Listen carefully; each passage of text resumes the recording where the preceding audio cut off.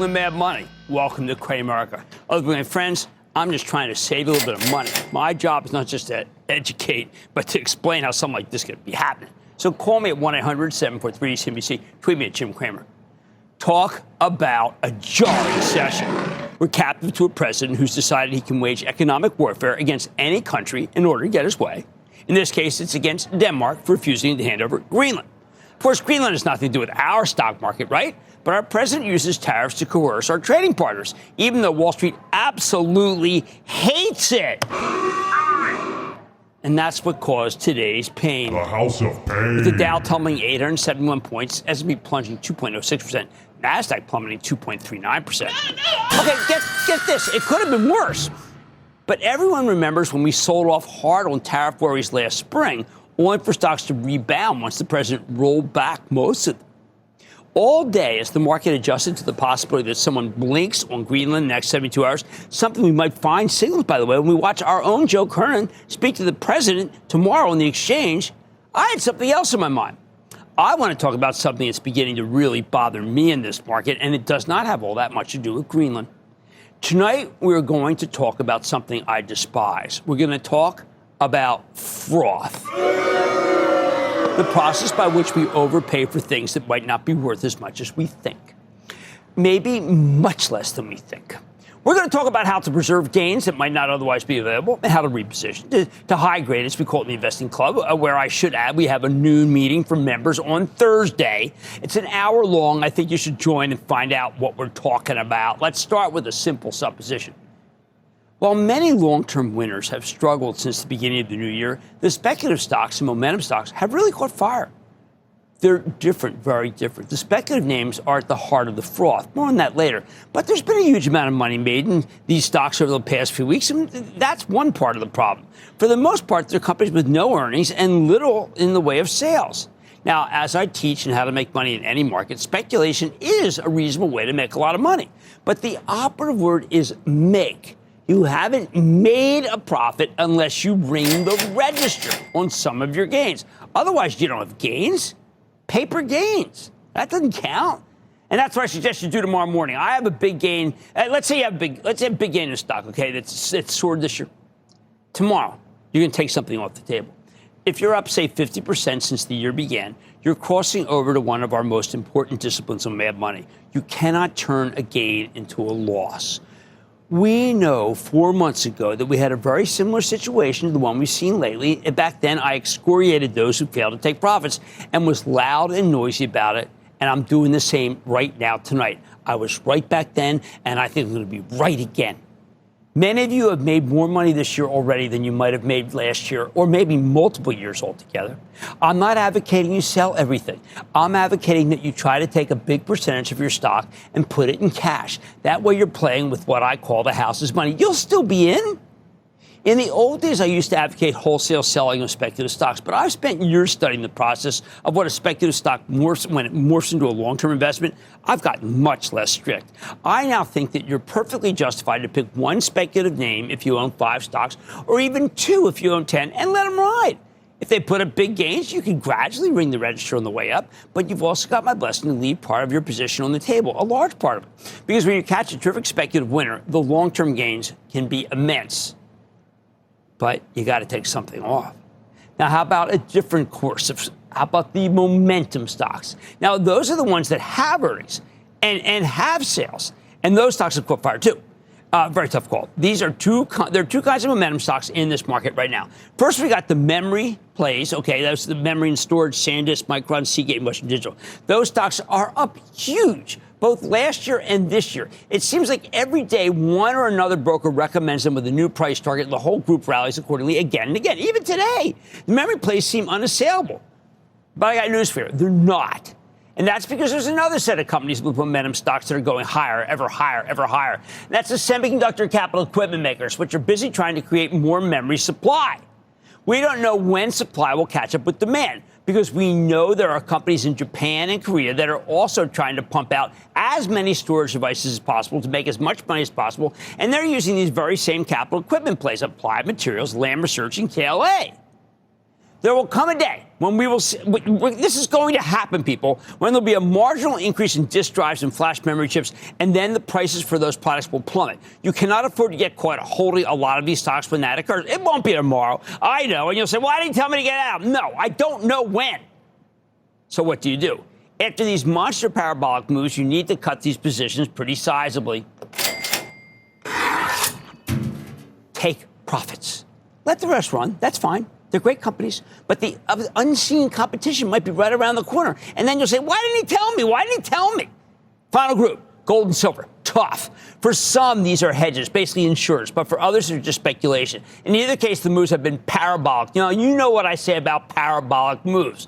I can justify the gains because these companies, like the memory players, have actual earnings, but a parabolic move, no. If you own them because you want precious metals as insurance, I'll bless it. If you're speculating, you got a remarkable moment to take out your cost basis and let the rest run. One other consideration. We're seeing a changing of the guard in this market. Depending on what you include, as much as 40 to 50% of this S&P is tech right now. And we're noticing that tech, especially large cap tech, is underperforming to start the year. If you want to take a longer term view that everything's fine and tech will come back, all right, I get that. But I don't agree, which is not, and that's why we're not doing that for the investing club. Only one of our recent buys is tech, as we spread out into many other tremendous secular themes. Which themes? Non-data center tech, consumer goods, retail, aerospace, banking, healthcare. You saw how those act? Much better than tech. Is tech done? Of course not. But could you have too much tech exposure in your portfolio? Absolutely. If you have 40% tech or more, may I suggest you take some profits? Put that money in cash, then wait and see. Guys, I'm really asking you to do this, all right? I asked you to do it in September, October, and I was right. And I really do think I'm going to be right this time. Again, the bottom line. There are better non-tech stocks to own. In this frothy market, it's time to diversify. Remember, you want to make the most amount of money with the least amount of risk. That's what this business is about. And right now, that's simply not tech. Make these changes, and I think you'll be glad you did. No panic. Just be smarter. Gil in Virginia. Gil. Yes, Jim. How are you, Jim? Good to be with you. Jim, my question is... Sure. My question is, with Novo Nordisk coming out with the first one to come out with the oral pill, the GLP-1, and with Eli Lilly coming out with theirs, I believe, in the spring of this year, would you consider Novo? I have a pretty big position in that. Would you consider that a buy, hold, or sell going forward? No, I would hold it. I met with the CEO last week. I liked him a lot. Now, I met with Dave Ricks from Lilly, and he's my favorite. But I'm not going to go against owning some Novo. I think they're making a turn here. I think that head start they have in the pill is very good. Let's go to Ambarish in Missouri. Ambarish. Hey, Jim. Long-time listener and second-time caller. Love your show. Thank you. What's up? Again. I'm calling about a small problem I have. Ticker symbol Spotify. Held it for a year now. I own 45 shares. Cost basis is $6.18. The company has solid subscriber growth, recent U.S. price hikes. However, it has premium valuations, competition from Apple and YouTube, Amazon, mixed analyst sentiment. Is this a sell, hold, or a buy? I have been watching the stock just shed points and shed points and shed points as the street turns on it because it sells at a very high price to earnings multiple. People no longer like the high price to earnings multiple stocks right now. We have to obey that and watch it come in and own it for the long term, or sell it and come back later, which may be the way that I would approach Spotify. All right, look. If most of your money is tied up in tech stocks, I think you got to take some profits. It's time to diversify better. You'll be much better off without so much tech. And when it comes to speculation, the whole show is going to be devoted to froth, how to spot it, what to do, and getting out. Or at least taking profits, okay? On Mad Money Tonight, I am kicking off my series on what could go wrong in the market after we've had so many things go right for the investors over the past couple of years. Remember, it's not a get out now. It's a take profits on some. Then I'm going on Froth Watch to break down why the price action speculative stocks is at the top of my list of concerns with this tape, not the president. And I'll review what happened to the market the last few times we saw this kind of frothy action and how you can prepare for what might come next, regardless about what happens with Greenland. So stay with Cramer.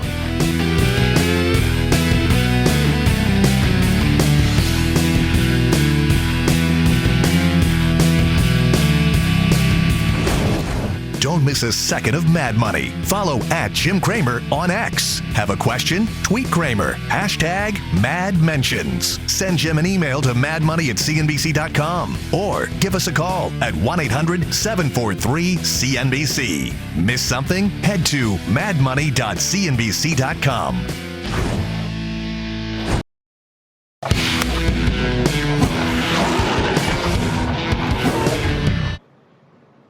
Before we get into the most crowded part of the earnings season, tonight I want to talk to you about what could go wrong with this market. Don't get me wrong, even with today's tariff threat inspired beatdown, I still think we're in a pretty good place. But honestly, that's the problem. The market's had a terrific run over the past 3 years, and the averages are within spitting distance of some big milestone levels. 50,000 for the Dow, 7,000 for the S&P 500. Now, it's always worth considering what could derail the market, especially when times are relatively good, and you still have the flexibility to reposition your portfolio without swallowing too many losses. And look, once you start thinking about what could go wrong with the market, it's actually not that hard to identify a lot of potential problems. For one, we have stubbornly high interest rates. Benchmark U.S. 10-year yield touching 4.3% today. You know, that's the highest level since August. It's also an unclear path that we have forward for the Federal Reserve. I'd put things mildly, I guess. I could also point to elevated earnings growth projections and equally high valuations, creating a situation where many stocks are more or less priced for perfection. That's one reason we've had an inauspicious start to earnings season, with the big banks reporting generally good quarters, only to see many of their stocks sell off, not all but many. Plus, there's Washington. President Trump has always been unpredictable. Sometimes that's bad for the stock market, as you know. I don't think anyone in the business world particularly wants to conquer Greenland, and we certainly don't want to pay the cost of the tariffs that the president's threatened to impose on Europe. That's his way of coercing Denmark into handing Greenland over without a fight. Remember, Wall Street hates tariffs. That's not changed. More on that later.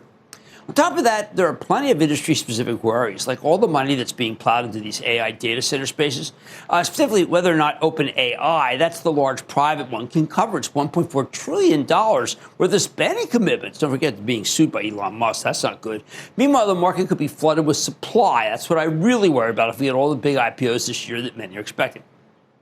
But tonight I want to start with something we talked about at the top of the show. We've seen a return of frothy action in many parts of this market in these past few weeks. We've gotten used to high levels of froth in the past few years when stocks rally and rally and rally, some more on nothing. But lately, that froth has reached what I regard as extreme levels. First, there's the fact that this market's being led by the small caps, with the Russell 2000 up nearly 7% since the beginning of the new year. That's a bad leadership group, people. As many of these companies don't make any money, and most classically they're overvalued on an earnings per share basis. Some of them don't have a lot of revenues. It's just not a good group. When you take a closer look at what's been working best to begin this year, the problems start to really come into focus. So over the weekend, what we did was we ran a simple screen looking for U.S.-listed stocks with market capitalizations over $1 billion and total returns of more than 50% year-to-date as of Friday's stock night's close. That's a staggering gain for less than 3 weeks' time. Do you know that we found 32 stocks, actually 31 stocks in one ETF, that fit this criteria? And it's a good sample of what I consider frothy action, with representatives from many of the groups that they've started to get over that are overheating. There are the memory stocks. Those are still white hot. I mentioned them at the top. Other speculative semiconductor plays, lots of alternative energy plays, space stocks, drones, crypto miners, turned AI data centers, of course, and other tangential crypto-related names. There's a lot of biotechs in there, plus plays with silver, other metals. Then we got some one-offs, including a wacky Chinese stock with a funny name called Rich Sparkle Holdings. You always see these percolate in the frothiest markets, plus stocks that fall into a category that I call ambiguous AI stories. We'll get into all these groups after the break. But for now, here's something to consider. Of those 32 companies that met our screening criteria, including a 50% plus total return just in the first 2.5 weeks of the year, only 9 of those companies are expected to have positive earnings this year. And yes, I was generous, and I used forward earnings estimates. Remember, that's the PE on the forward numbers, because it would look even worse if we asked which of those companies made money last year. Also, of the 9 companies that are expected to make money in 2026, 3 have triple-digit price-to-earnings multiples, which is insanely expensive in any environment. So that's the kind of thing that has me worried. It should worry you. As we begin 2026, lots of money is flowing into these stocks of mostly profitless companies. But it's not just that I'm also concerned by the fact that it appears people are selling the highest quality stocks to fund their speculative purchases. Just take a look at the performance of the Magnificent Seven so far this year. NVIDIA is now down more than 4% after a big tumble today. It's off more than 15% from its late October high. Apple off over 9%. Oh, my God, this could be another 8th week of Apple being down. Look out. Meta Platforms is down more than 8%. Microsoft's down almost 6%. Amazon, the worst performing Mag 7 last year, is doing better still, up slightly for the year, despite getting hit today. And the sainted Alphabet, which broke free from the group in the fourth quarter to soar higher, continues its magical run, up a quick 3% to start 2026. We own that for the Charitable Trust. Now, there are legitimate questions to ask about the individual Mag 7 components and the staying power of their stocks after some truly tremendous multi-year runs. But in general, I hate to see money flowing out of proven high-quality stocks like the Mag 7 and then flowing right into the most speculative names in the market that I've been describing. This is worrisome. Here's the bottom line. There's plenty to worry about in this environment. But in my opinion, the biggest problem with this market is froth. I want you to stick around after the break, and I'll walk you through exactly what that means and why it has me so concerned. Mad Money is back after the break. Coming up, the market has been frothing up a storm to start 2026. So Cramer's taking a closer look at the pockets he's most worried about staying hot. Next.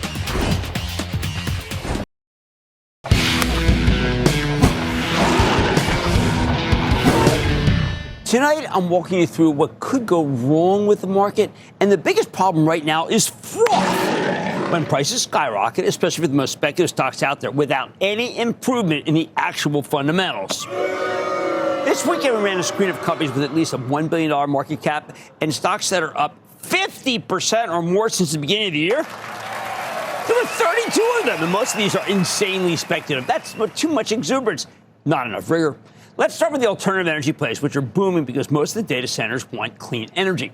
That's why Bloom Energy is up a quick 75% year to date. You heard me, 75% after nearly quadrupling in 2025. There is a catalyst here, although it's not necessarily a great one at this point. American Electric Power, AEP, the big utility, confirmed in a regulatory filing that it's buying fuel cells from Bloom, though we actually already knew that. This company is also now solidly profitable, and its earnings should grow at a 150% clip this year. That's good. But the stock ain't exactly cheap. Trading 150 times this year's earnings estimates. That's dangerous to me. Meanwhile, EOS Energy Enterprises, that's a battery storage company, is up 51%. A couple of nuclear plays, uranium energy, terrestrial energy, are up 55% and 71% respectively. Again, those gains have all happened in the last 3 weeks. Do you own those stocks? I mean, would you please? Other companies working on smaller nuclear reactors like Oklo, NuScale Power, Nano Nuclear Energy are up 25 to 41%. None of those companies makes money either. And we're seeing some spectacular runs in the uranium producers, too. Meanwhile, the more legitimate companies with nuclear power exposure have all had more tame years. Yes, the so-called hyperscalers want clean energy. That doesn't mean new nukes are going to come on anytime soon, yet this market acts as if that's a given. Did you hear that? What else is frothy? How about the space and drone stocks? AST Space Mobile, which is building out a satellite-based broadband network, that's rallied nearly 55% this year, even though it is losing a fortune. Redwire, a product of a 2021 SPAC merger, is up a cool 40% year-to-date. Rocket Lab is now a $52 billion company after 28% year-to-date gain. They're both unprofitable. I wonder if investors are just hiding out in these names until they can get a piece of the SpaceX deal possibly later this year. What a bunch of... Then there are the companies that make drones for the Defense Department, like Kratos Defense and Security, Avid, the former AeroVironment, bear with me on this one, smaller player, Red Cat. All three are up between 37% and 82% for the year. Now, I actually like Avid, and along with Kratos, actually profitable.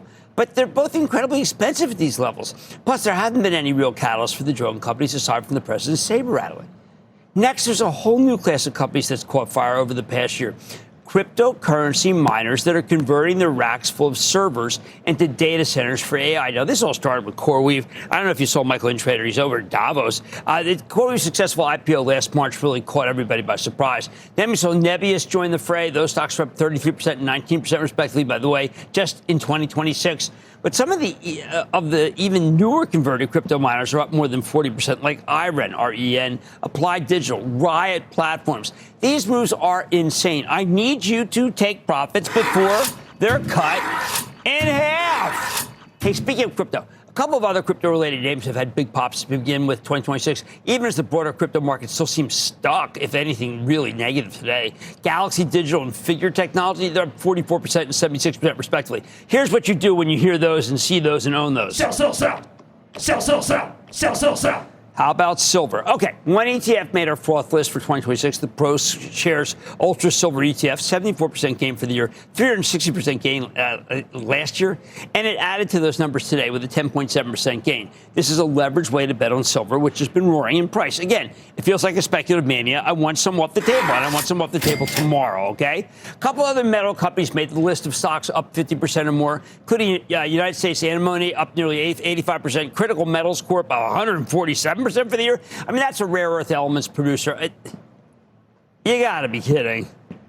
Of the 32 stocks that made our froth list, 7 of them were biotechs, and 4 of them have more than doubled. Some of these moves are easy to understand. There's Revolution Medicines up nearly 46% after reportedly drawing takeover interest from both Merck and AbbVie. That could be a winner. Others have had strong clinical trial results. I like that. But again, biotech is not a good leadership group. This is a boom and bust business where gains can disappear just as quickly as they materialize. At that JP Morgan healthcare conference I went to the 44th last Monday, I got a feeling that all sorts of biotechs were raising money here and rallying to pretty incredible valuations, often based on nothing more than a press release. That's froth.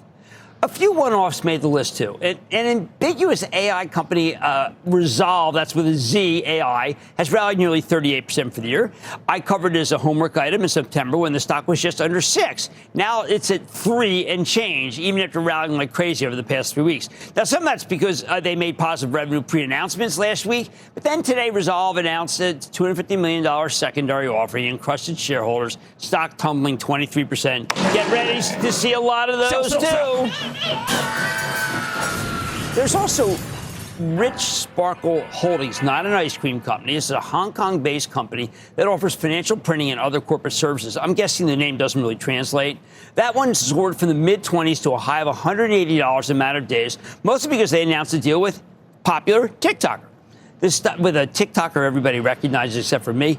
The stock's now and 300 million other people. The stock's now breaking down. It sank 36% and then another 29% just today because it never should have been up so much in the first place. This stuff's so painful. Curiously, we've even seen some housing-related names pop, like Loan Depot, one of the nation's largest non-bank retail mortgage lenders. That had a 55% year-to-date gain through Friday. Not anymore, though, as Loan Depot plunged more than 12% as long-term interest rates soared today. Get used to seeing those kinds of declines. Finally, the memory chip makers, now they're on their own. They're on fire because there's a genuine shortage here. This is different. The big 4 memory and data storage companies, SanDisk, its former parent Western Digital, Micron, and Seagate Technologies, were the 4 best-performing stocks the S&P last year, and they're still roaring in 2026. Now, I intentionally saved those for last because they're a different beast from all the other frothy pockets that I just covered. The memory shortage is legitimate. These companies are printing money here, but we're now in year 2 of the supply shortage, and sooner or later, the semiconductor capital equipment makers will produce enough machinery to ramp up capacity, and then pricing will go down. You never know when there will finally be enough equipment available to tip the balance out of the shortage. No one does. But almost no chip shortages last more than 2 years. Plus, the shortage doesn't even need to end to stop these rallies. The first sniff of waning demand or supply catching up is all that it takes to bring the memory stocks down. Here's the bottom line. Now you know where we can find the pockets of froth in the market.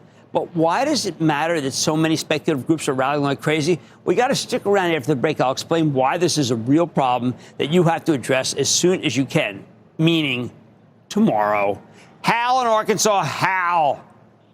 Booyah, Jim. Long time, first time caller. What's up?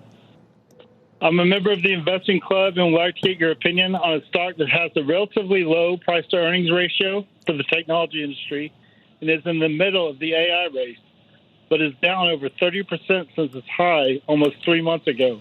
Jim, what are your thoughts on Dell Technologies? Okay, I like Dell very much. Here's the problem. They are a big buyer of storage. They're a buyer of Micron. They're a buyer of these disk drives. They're a buyer of all the companies that are in tight supply.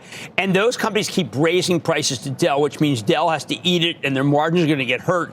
So you have to wait till it reports, or you have to wait until we finally see some sort of peak in these different lower-end storage companies, or like a Micron. Let's go to Bill in Massachusetts. Bill. Hi, Jimbo. How are you today? I'm good, Bill. How you been? Fantastic. I just wanted to give a quick shout out to Sean and the staff on the phone. They're incredible.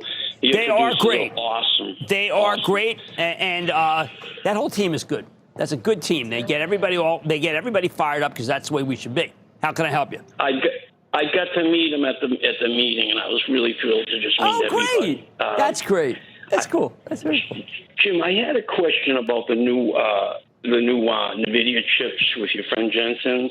And yes. I'm wondering, as far as the cooling system, as far as them cooling the chips, are they going to change that? I understand that they're going to, in the newer chips, it's easier to cool them.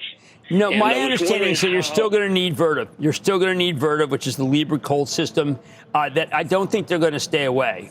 Which ones in particular are you thinking about? I have a good position in Vertiv, and I just wanted to know if that was going to affect it. The new Vertiv is going to still be used. Emerson is still going to be used, from what I can tell. I do think, and we also think that Eaton's going to be used. These are all part of this process of getting electricity in, cooling them. So I'm not backing away from any of those. However, understand, Bill, this market does not like the data center at this very moment. And all those I just mentioned are data center plays. All right, look, the biggest problem with this market is the froth we're seeing in the most speculative names out there. So consider yourself warned before starting position in any of these names. And if you have profits or you just are way too exposed or you're on margin, I want sales tomorrow. Much more made money. History is always the best guide for the future. I'm taking a look back at the last few times we've had this amount of speculation in the market and what it might mean and what it's signaling for you. And China and the U.S. have taken different approaches to foreign policy in recent months. And with the tariffs front and center on the world stage, I'm going to break down the potential limits to the U.S. influence around the globe. And, of course, all your calls rapid fire tonight's edition of the Lightning Round. So stay with Cramer.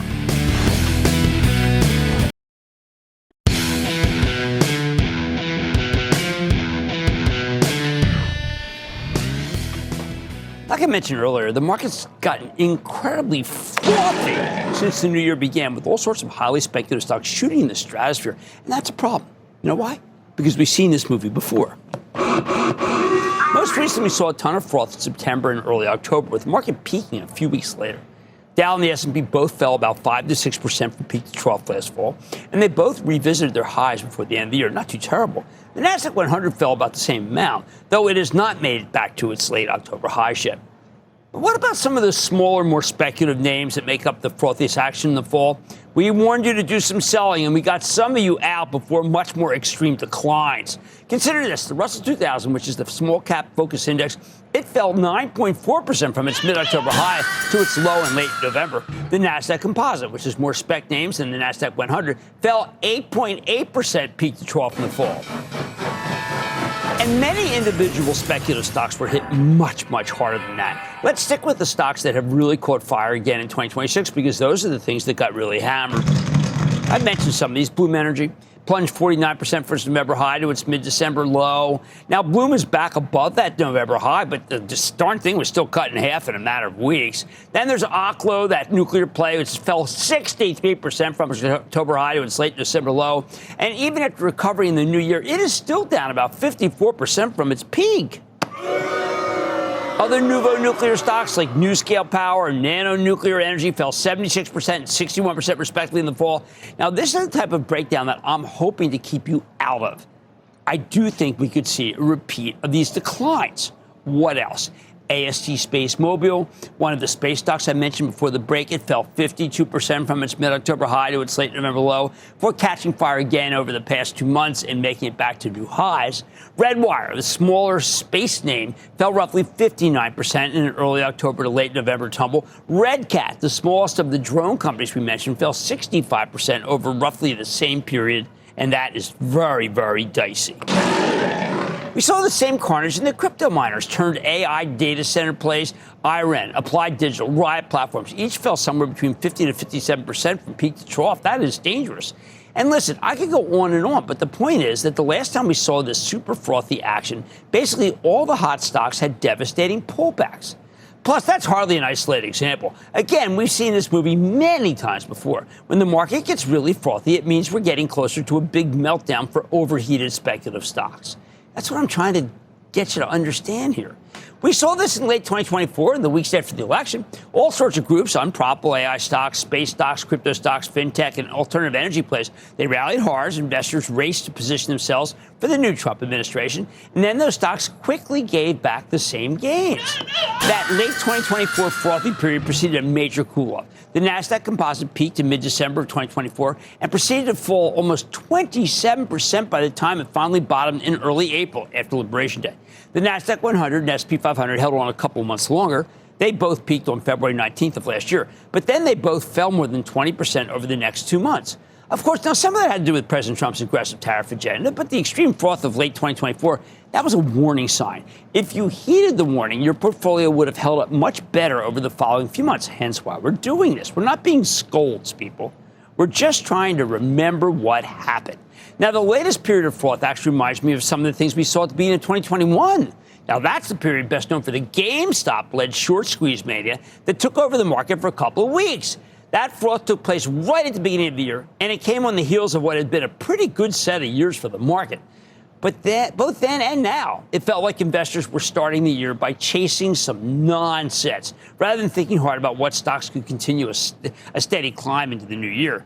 And that early 2021 froth, it also preceded a harsh decline for the broader market, though that was much shorter lasting. The S&P 500 peaked in mid-February of 2021, then fell almost 6% over the course of the next 3 weeks or so. NASDAQ 100 fell 12% during roughly the same period. Those were quick pullbacks, but painful ones. And the market became a lot more skeptical towards speculative stocks, especially the companies that came public via SPAC mergers. And SPACs are back. Of course, in 2021 and 2024, those post-froth sell-offs turned out to be buying opportunities. So as painful and as scary as the post-froth sell-offs were, The House of Pain. if you stayed invested, you were fine. Let's say that you were fine a few months later. Pleasure. But if you were only invested in some of the most speculative stuff, I mean the stuff that I'm really highlighting tonight, you took a real beating and you have not recovered. Now, the scariest example of froth in recent years might be the late 2021 period, when the market put in what ended up being a longer-term top. The period also featured plenty of froth, mostly coming from the IPO and SPAC markets, as well as other hot themes like cloud software and electric vehicles. And the correction period that followed was really bad. The S&P 500 fell 27.5% peak to trough from its early 2022 highs to the bottom in October, while the NASDAQ indices both were off more than 30% over roughly the same period. I don't think we're facing a situation like that, at least not yet. The speculative activity now isn't anywhere near as bad as it was in late 2021, and unlike back then, the Fed is our friend right now. But if you look back at what happened previously when the market got too frothy, like it is now, you see that this kind of action typically leads to meaningful declines. We just saw this in the fall when many speculative stocks were cut in half. I think it could happen again. Here's the bottom line. My big fear is that this froth might precede a bigger top, like the one from late 2021. So far, feels closer to last fall of what we saw, or maybe in the end of 2024. While it probably is not the end of the world, it's still worth worrying about. And to me, again, tomorrow, let's take some action. Mad Money's back after the break. Coming up, Cramer takes your calls. And the sky's the limit. It's a fast-fire lightning round. Next.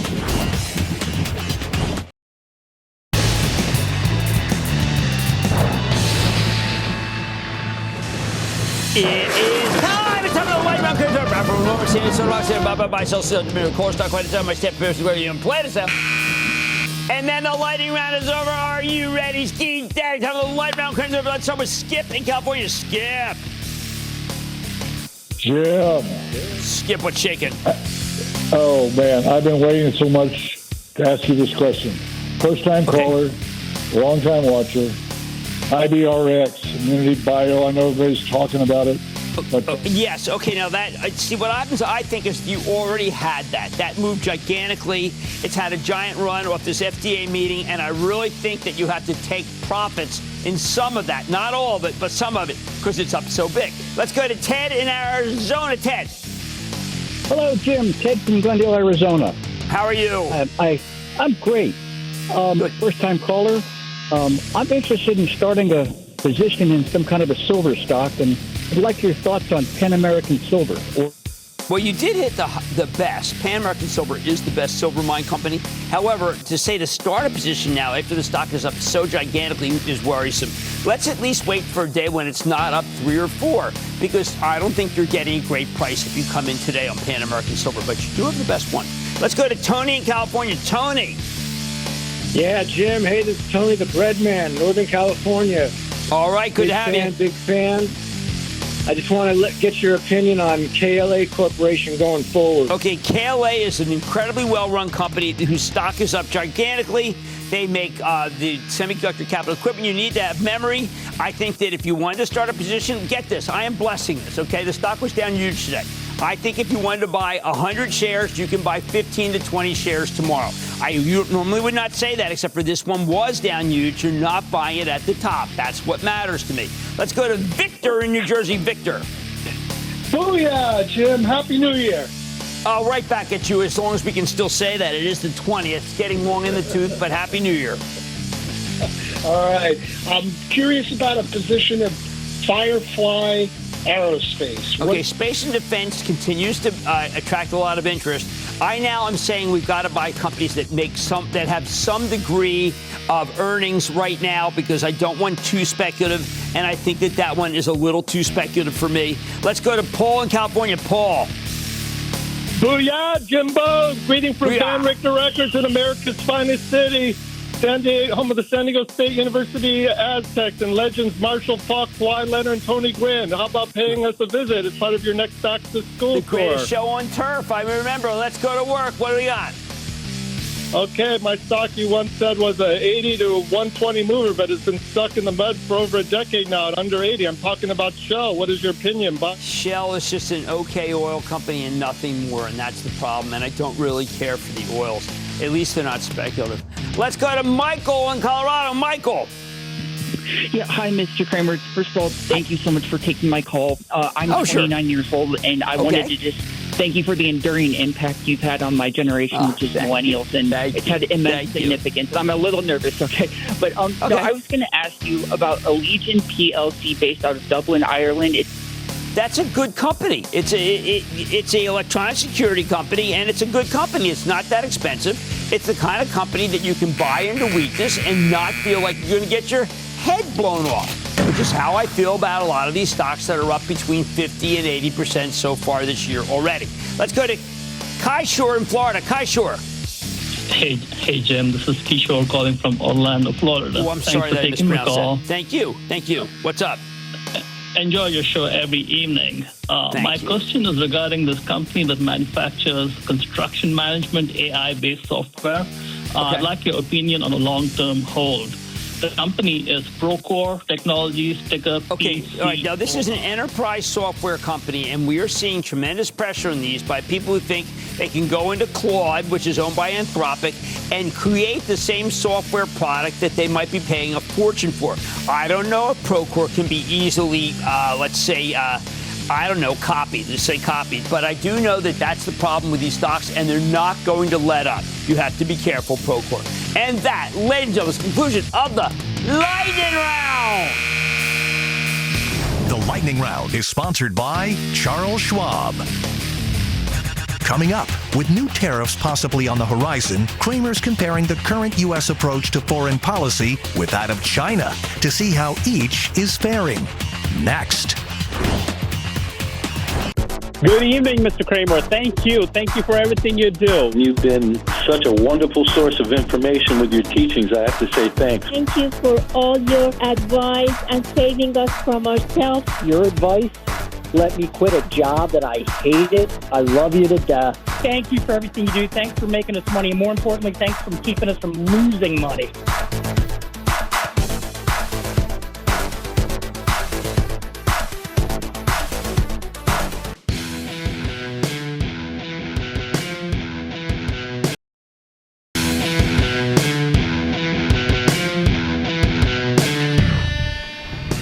Belt and Road versus tariffs. You take your pick in how to win friends and influence people. Right now, President Trump ostensibly wants to get access to multitudinous rare minerals in Greenland. while making sure that Greenland is secured from our putative enemies, Russia and China.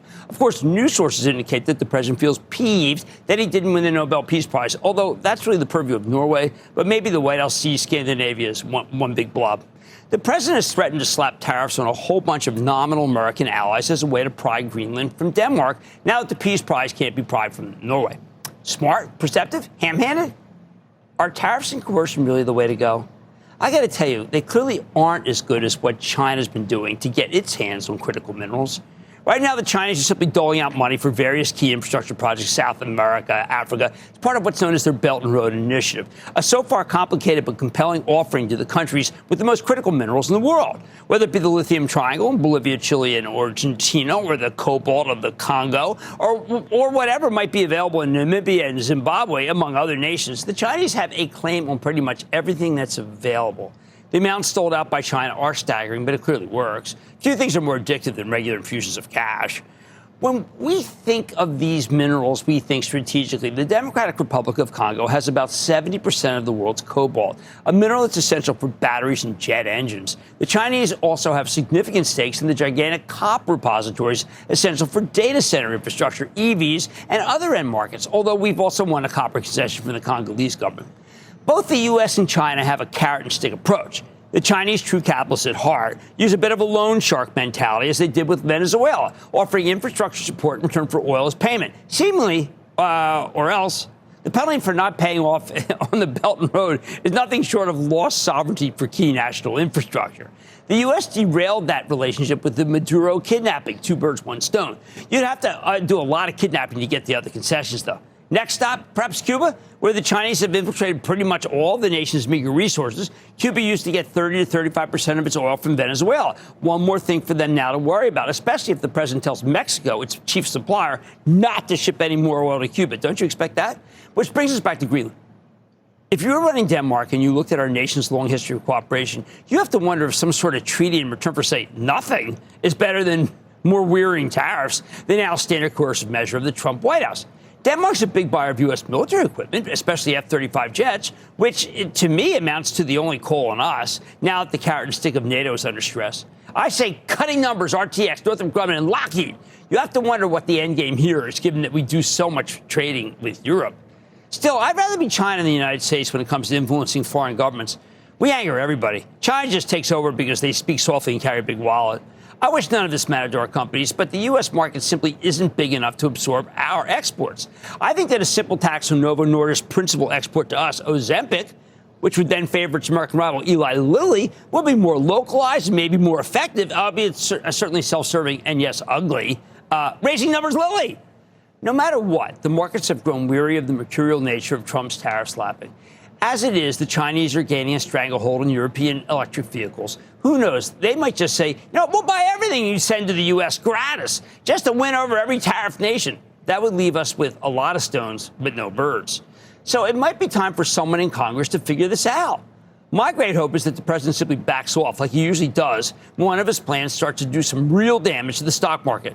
And that's exactly what this one is going to end up doing. I like to say there's always a bull market somewhere. I promise I'll find it just for you, right here on Mad Money. I'm Jim Cramer. See you tomorrow.